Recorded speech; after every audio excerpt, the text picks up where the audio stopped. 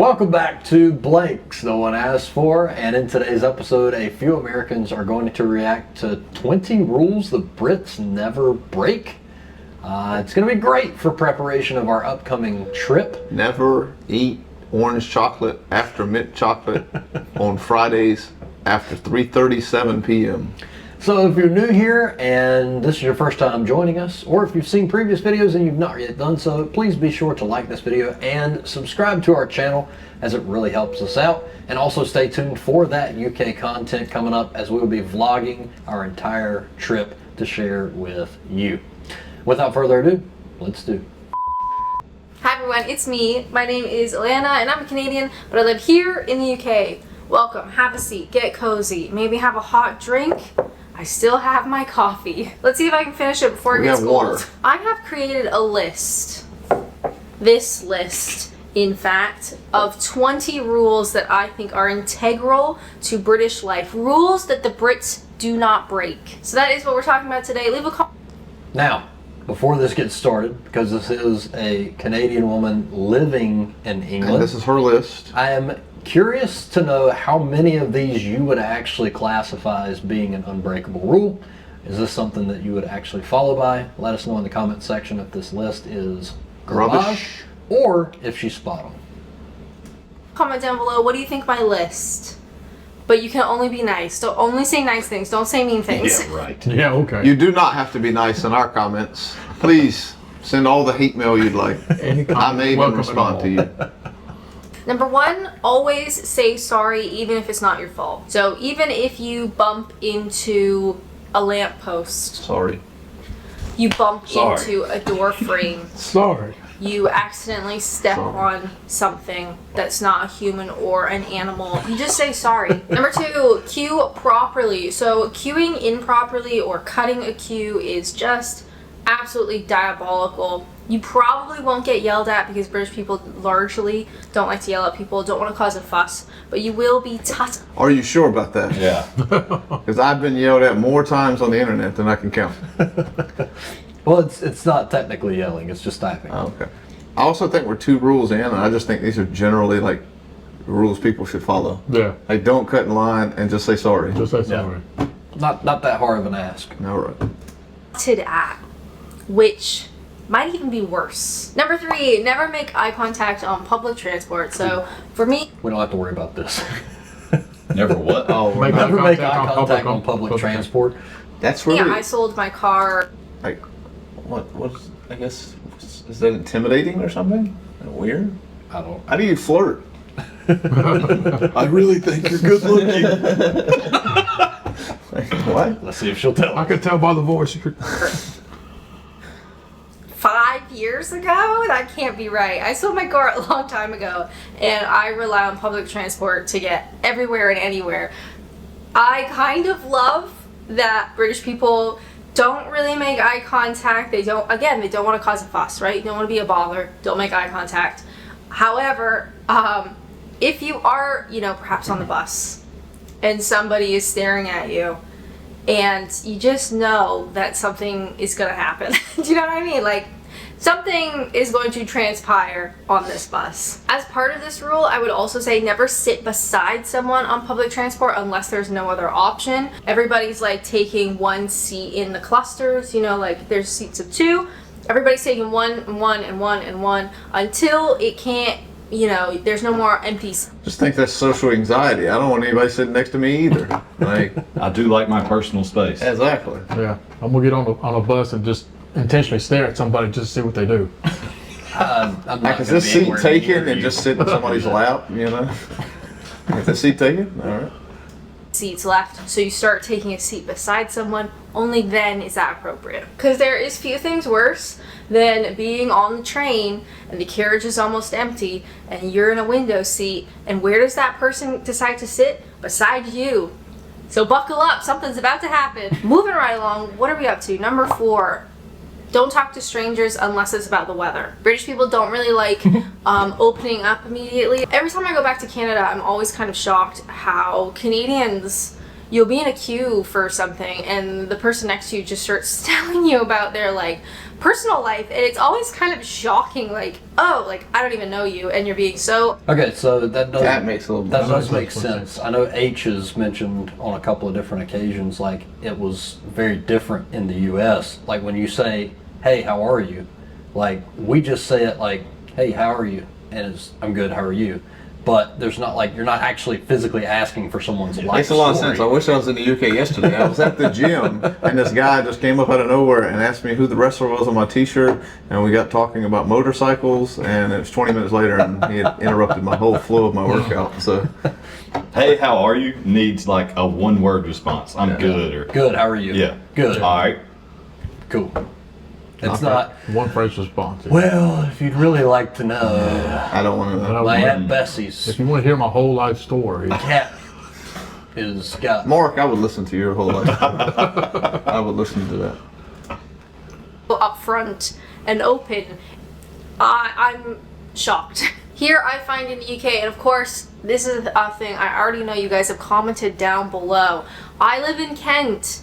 I think Kentish people are quite reserved. I think they're not snooty, and they're not like hoity-toity, posh, I'm not going to talk to you. I think largely it's just they're so polite that they don't want to bother you. They don't want to look at you and make you feel uncomfortable. They don't want to sit next to you in public transport.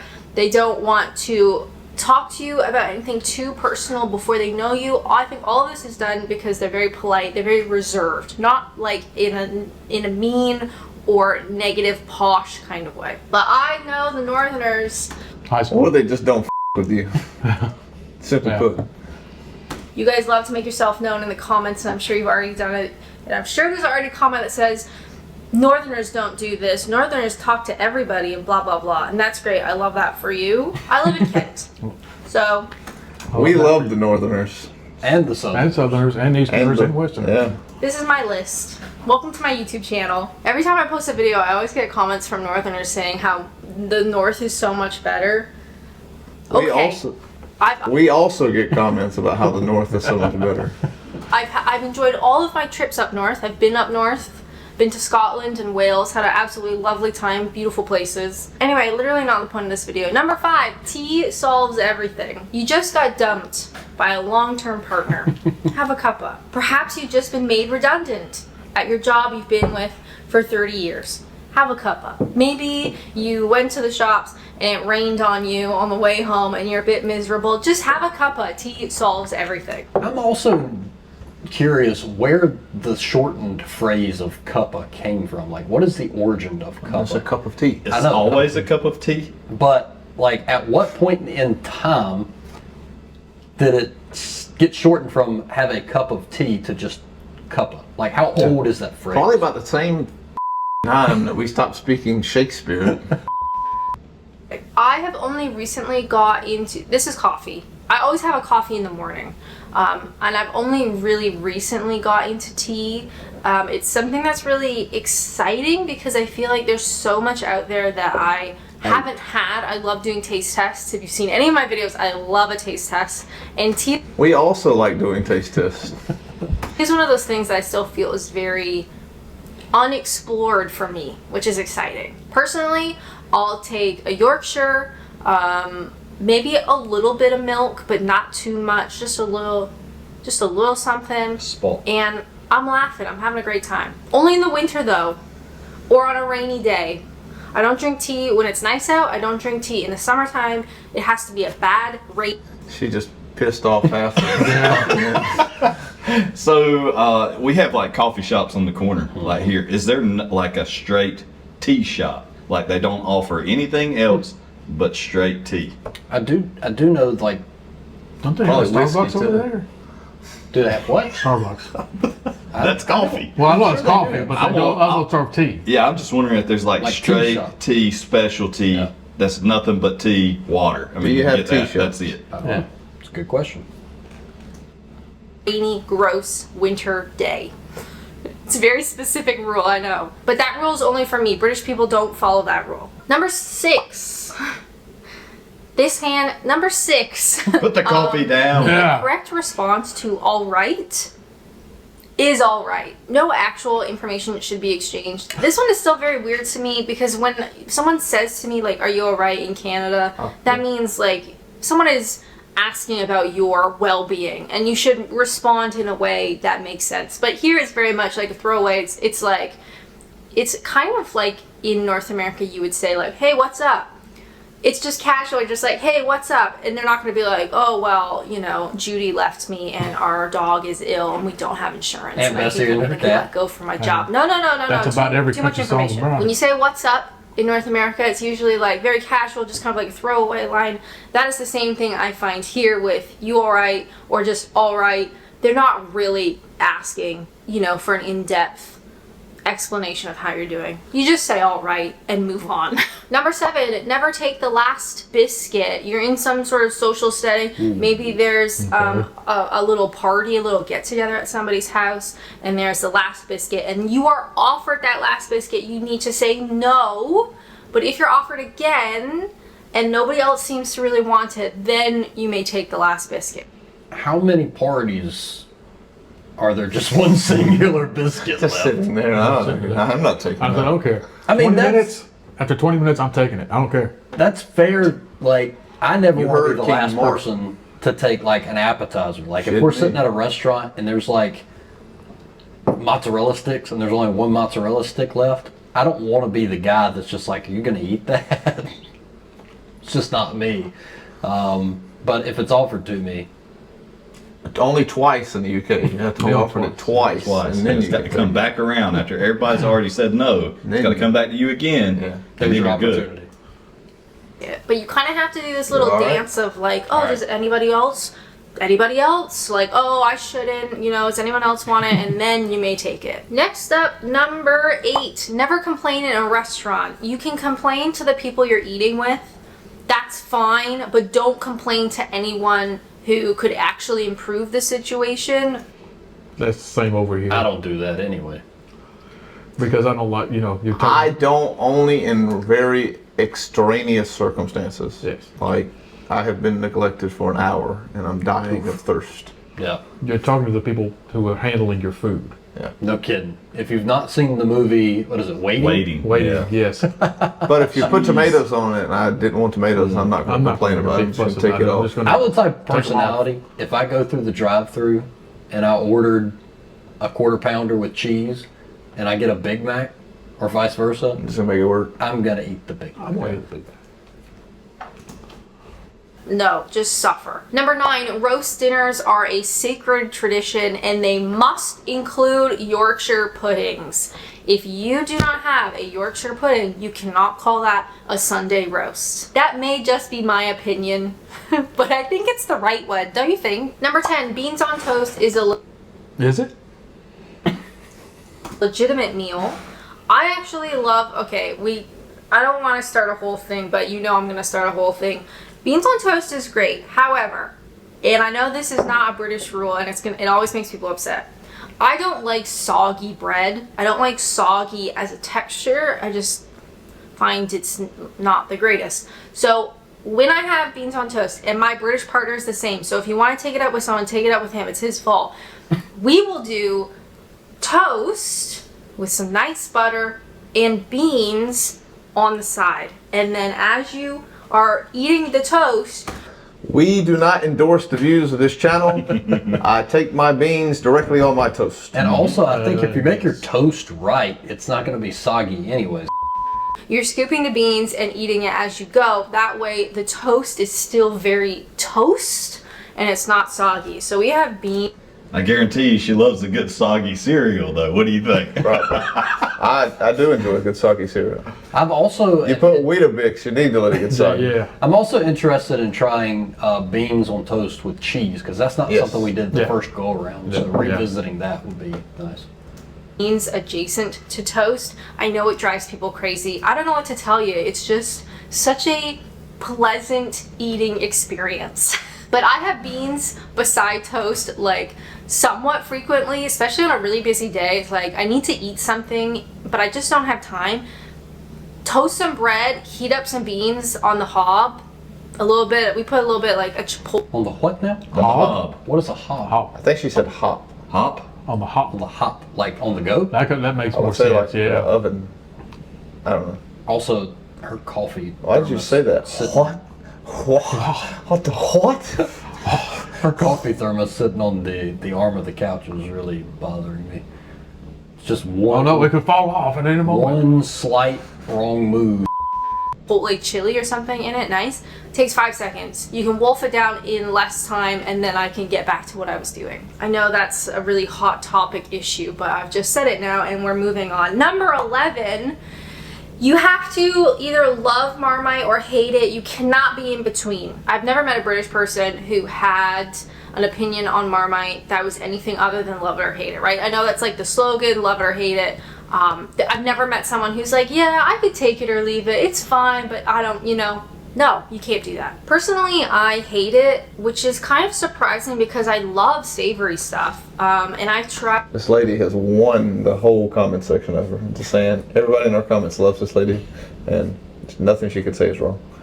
Tried it in a variety of different ways over the years. I've tried it in different applications.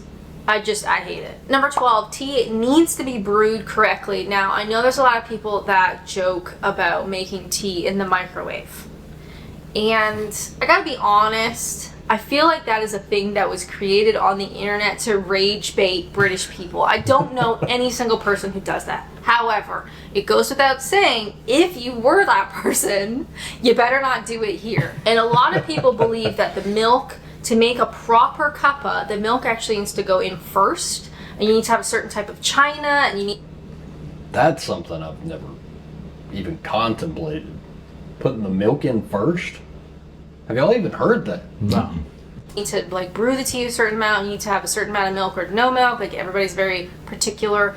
But either way, tea needs to actually be brewed properly, and if you put it in the microwave, the home office is going to show up at your house and they're going to deport you. All right, so you've been warned. Number 13, if someone says we should meet up soon, it means they never want to see you again. They're just being polite. I think for non-English speaking people, this is going to be so weird. There's a lot of double meanings when it comes to English language and English speaking, way of speaking, the passive aggression. There's a lot of times when British people will say one thing and they very much mean something else. And I think that is really difficult to wrap your head around if English is not your first language. Even for me. I think that's like our comments that says you should come visit the country soon. Yeah, and we're on to you. We're catching on. Can't wait to see you. That British Soon. sarcasm, maybe? Yeah. Oh, y'all come back again now. Come back and see us now. Bless your heart, as we would say. Like Canada technically speaks English as well. Slightly different, but English. And it took me a while to figure out the nuances of some of the phrases of what do British people actually mean, because I think Canadians are very upfront. Canadians are kind of like Americans. They say what they mean what they say. British people like to do this little song and dance where they kind of say something but they're kind of meaning something else. So if that's new to you, good luck. Another rule that British people never break is do not talk about money. Now I think the connotation of this is that Americans and maybe to a lesser extent Canadians are very boastful and they like boast about money, and that's in like really poor taste. And yeah, sure, that can happen, but I think in a more practical sense, this can be a negative to British people. In Canada, it is, I would say, much more common to know roughly salaries of your fellow employees, right? Because it's less of a tableau to talk about. So you can figure out like, hey, so-and-so is the same job, they're making 10,000 more than me. Why is that? I feel like here in the UK, it's so taboo. You do not speak about this stuff. You then kind of suffer some of those consequences because you don't really understand the salaries and things going on around you. Does that make sense? So I think the gut reaction is like, oh, Americans, all they do is boast about how much money they make. But actually, I think in the practical sense, it's super helpful. But either way, don't talk about money. Sorry, you can't do it here. Number 15, don't be too enthusiastic. I can't wait to go up into a grocery store and be like, hey man, how much money you making? I'm just thinking I need more damn money. Yeah. I think everybody at this table would take more money. Absolutely. Absolutely. I think number 15 is gonna. But do we talk about Gonna it? We hurt me. don't boast about it. So All right. It's gonna hurt you. Yeah. About money. Sorry, you can't do it here. Number 15, don't be too enthusiastic. Too enthusiastic, too high energy. Ugh. Oh Don't do no. it. Keep it low key, keep it self-deprecating. Okay, if you're too excitable, if you're too energetic, We're all, for lack of a better term. I'm pretty excited. It's all right though. I'm here. I'm excited to go too, and It's okay that I can't wait to wear my. Yeah, just don't show it. How are you? You having a good time? That castle's all right. Yeah. That's all a pretty cool castle. yeah. How was the flight? All right. Chill. It was All right. alright. too enthusiastic, gross. Number 16, passive aggression is key. Kind of mentioned this earlier. This sort of song and dance. A lot of British. Will you have a sausage roll? Yeah, mate. I think I'll have a sausage roll. Is that your passive aggression? You gotta just do your hand. I think this one's key too as we go into, again, you're talking another country with different cultures, different ways of speak, adjusting to like what seems to be predominantly sarcastic language. Yeah, so don't be excited and be an asshole. Got it. Because like honestly, I've had to kind of retrain my brain as over the last To not put year your and a half. fingers up in the camera? Well, yeah, I've had to start doing this way instead. But I don't know. The only time I guess here that you would speak passive aggressively is if you meant it in a negative way and you were just being passive aggressive. There, it's just like a common way to speak. Like it's just like it's something to adjust to. So, oh. People don't really want to make a fuss, but obviously they get angry, they get annoyed, but rather than like being direct about it and communicating about it perhaps in a very direct sense, they like to do the little passive aggressive dance. So if you're telling a story and someone goes, wow, okay, that's interesting, it ain't. It's not interesting, I'll tell you that much. Nobody can do passive aggression like the Brits. Number 17, leaving without saying goodbye is considered an Irish goodbye, and that is a no-no. A proper British goodbye takes about 20 minutes. Again, it's a song and dance. It's this back and forth. It's like, well, right, we best be off, and then you start saying your goodbyes, and then you're kind of like slowly walking. Welcome to Eastern North Carolina. I'm the master of Irish goodbyes. We're more closely related than we thought.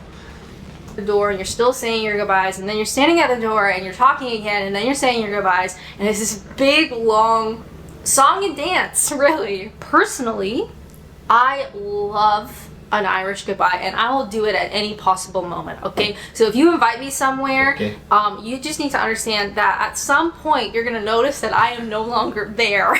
I love an. All right, so here's the move. You're having a bunch of people over to the house. It's getting late. This is how it goes. All right. Well, just kind of stand up, adjust your shorts, and take a deep sigh. I've seen that move a few times on a recording day where we're running here hanging out talking and somebody goes, well, you know, it's got to work. Somebody's got to do it first. Just the trail. I've seen that a few times. Irish goodbye. I think the Irish were right, okay? I think we need to do this more often. Just disappear into the night. Number 18, a cup of tea should be offered to anyone who enters your home, even if they're only staying for a few minutes. Even if you don't even drink tea, you should still have tea on offer. So, you know, someone comes over, like an electrician, that was hard to say, an electrician, a plumber, tradesperson comes over for something, you offer a cup of tea. Landlord, family members, friends, neighbor, you should be offering a cup of tea even if you don't drink it. Number 19, a barbecue. Yep. So I mean, as the visitor, Yes. are you supposed to accept it, or are you supposed to say, "Nah, I'm not really into it"? That's exactly where I was going with that, because It can go either way, I guess. we may be in a situation like that, and of course we don't want to come off rude. What about a one-night stand? If you're having a one-night stand, do you offer them a cup of tea? You do an Irish goodbye. Is is successful no Well, matter but the she did weather. say a few I don't minutes, think I've so, been I to a mean- barbecue. Number 19, a barbecue is successful no matter the weather. I don't think I've been to a barbecue where it hasn't rained in some capacity, but if there is beer and if there is meat, the weather is irrelevant. And if you wait for the weather to be perfect to have a barbecue, it's never going to happen. And Eastern NC. Yep. number 20, you must stand on the right of escalators and walk on the left. I realize this is largely in London, but I think it should be implemented literally everywhere. It's the best system you could ask for. Blocking an escalator, like having two people standing side by side on an escalator, is a serious crime and you will be arrested. Mainly by me, but I just hate it. Don't do it. Those are my 20 rules British people don't break. Leave a comment down below. What'd you think of my list? But you can only be nice, okay? Otherwise I will cry. What did you think about her rules? Yeah, that's what I'm interested in. How many of these are actually kind of like unspoken rules in England? And how many of these should we make sure that we follow? And I'm really interested in the how do we receive tea? Tea. Respectfully. Like, are we just supposed to accept it and sip on it a little bit? And also, is it considered disrespectful to accept the tea and not drink it all? Yeah, that's challenging. And also, do you offer it to your one-night stands Or your armoires? Armoires? as a nightstand? And on that note, if you are still here, you've not yet liked the video, please do so. And then don't forget to drop us a subscription so that you can continue to see all of our content that no one asked for, and be on the lookout for the upcoming UK vlogs. All that leaves us to say is this has been Blanks No One Asked For, and certainly no one asked for this. If you stuck around this long, comment cuppa. But wait, there's more. Still got that itch for more blanks no one asked for? Click that bottom left video down there to see the content that YouTube thinks would be the best for you.